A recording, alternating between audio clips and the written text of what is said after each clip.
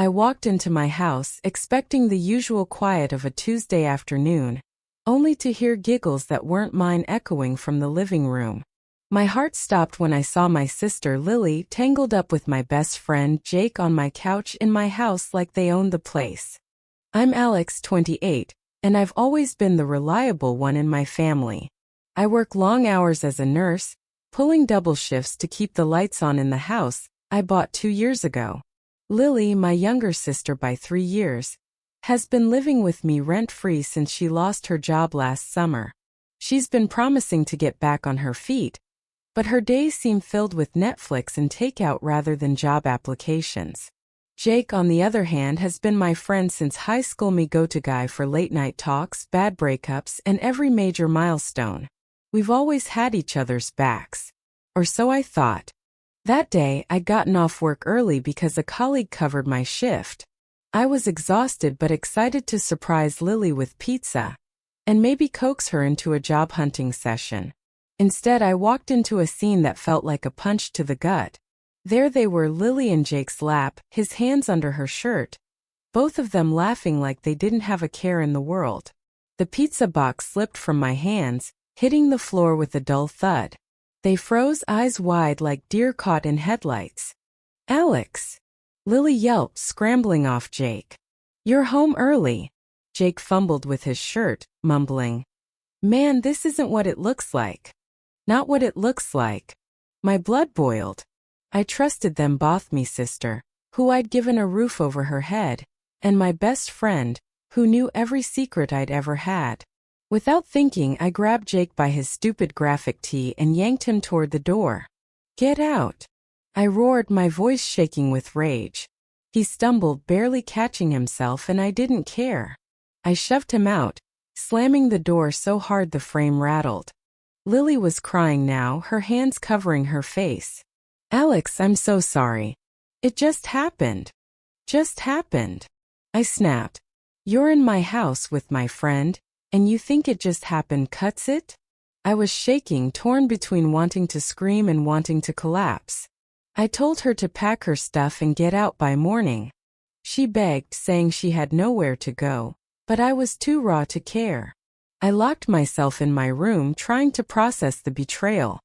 The next day, I woke up to a dozen missed calls from Jake and a long, tearful voicemail from Lily. She swore it was a one-time thing, that they'd both been drinking, that it didn't mean anything. Jake's texts were a mess of apologies, claiming he'd been in a bad place since his breakup with his ex, Sarah, 6 months ago. I didn't respond to either of them. I couldn't. Every time I closed my eyes, I saw them on that couch and it made me sick.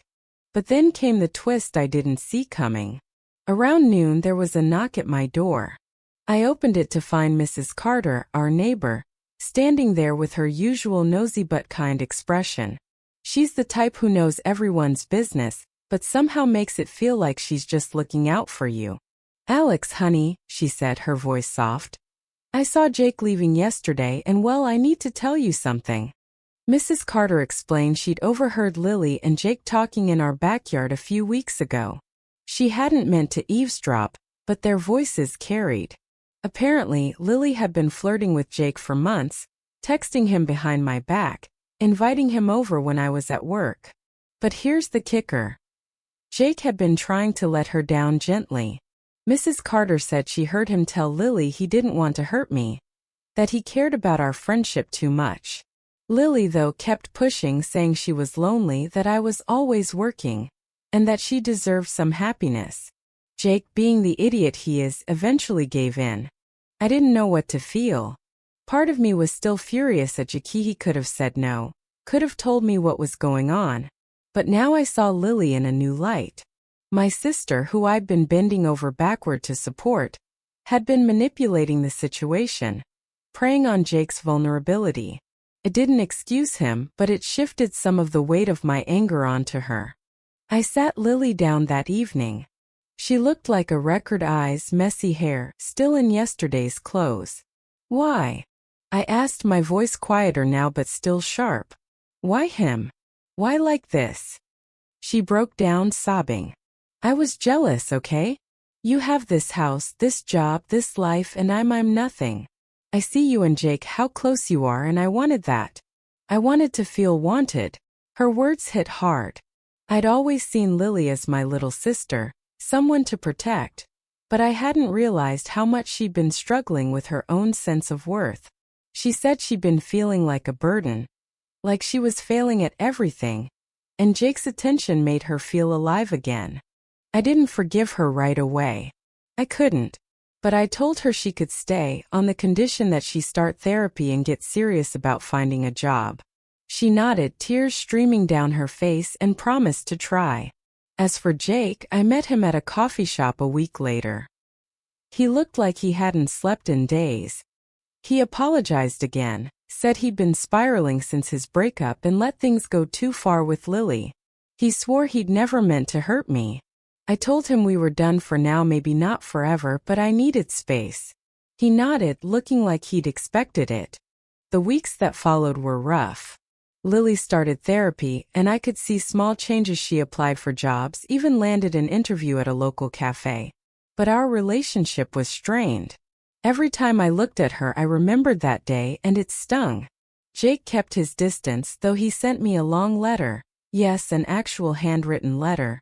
About how much our friendship meant to him and how he'd worked to earn my trust back. I didn't respond, but I kept the letter. Here's where I'm stuck. I want to move past this, but it's hard. Lily's my sister, and I love her. But I feel like she broke something sacred. Jake was my rock, and now I don't know if I can ever trust him again. Mrs. Carter's story made me see it wasn't as simple as I thought, but it doesn't erase the hurt. I keep wondering if I overreacted by kicking Jake out like that or telling Lily to leave. Maybe I should have listened first. Maybe I could have handled it better. I know family's supposed to stick together, but how do you rebuild trust when the two people closest to you shatter it? I'm trying to be the bigger person, but some days I just want to scream. I want to forgive them, not just for them, but for me, so I can stop carrying this anger. But every time I think I'm ready, I see that couch, that moment, and it's like I'm right back there, pizza box on the floor, heart in pieces. So, Reddit, AITA for dragging Jake out and almost kicking Lily out of my house? Or am I justified for losing it when I caught them together? I want to move forward, but I don't know how to let go of the betrayal. Any advice on how to heal from this?